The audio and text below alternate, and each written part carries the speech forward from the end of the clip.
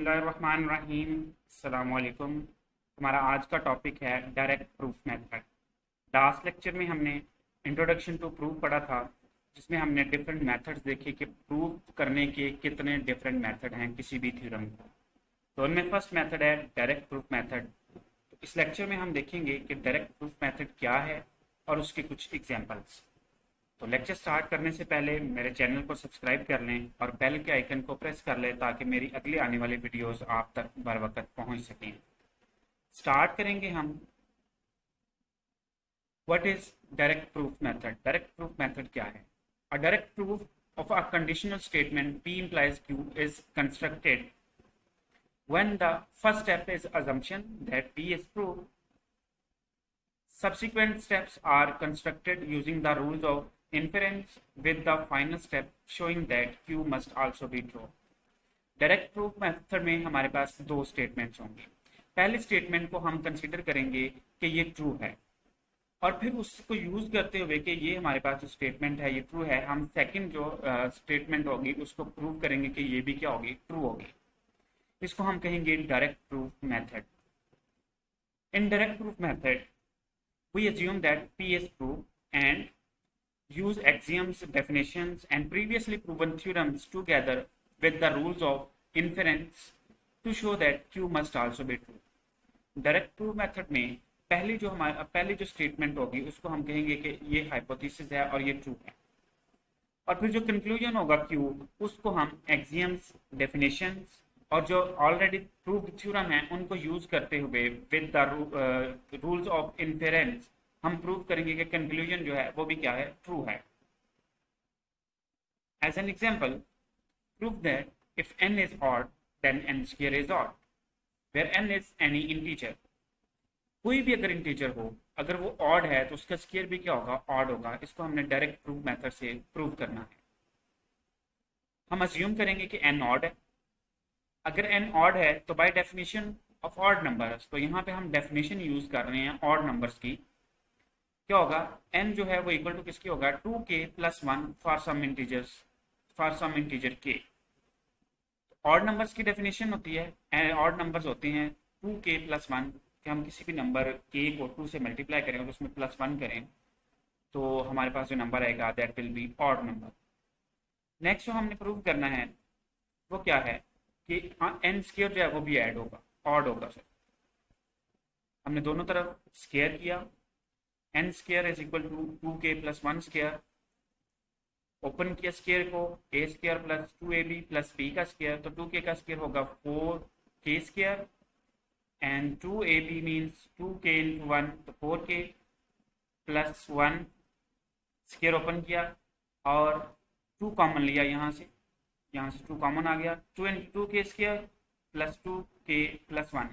यहाँ पे ये जो 2k स्क्वायर है + 2k है, k इज अ इंटीजर। जब k का स्क्वायर करेंगे, square is also integer.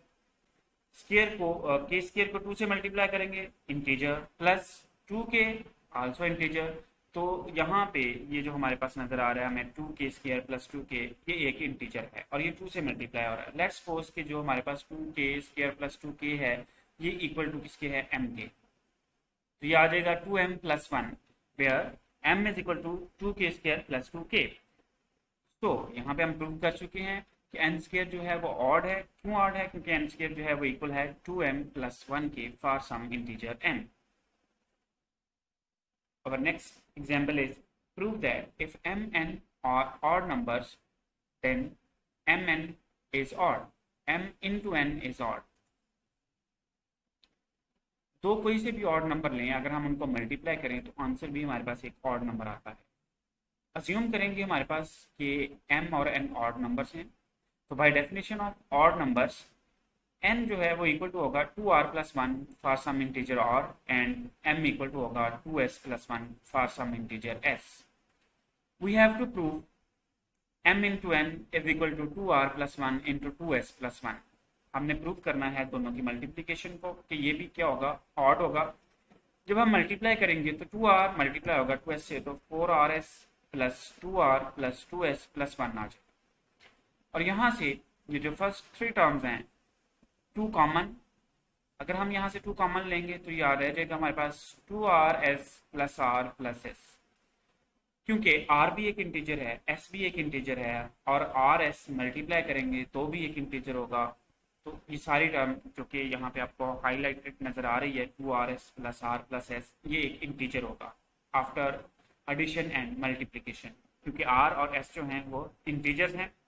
Let's suppose जो हमारे पास ये इंटीजर बनता है वो इक्वल टू है के किसके इक्वल है 2rs plus r plus s, this is 2rs।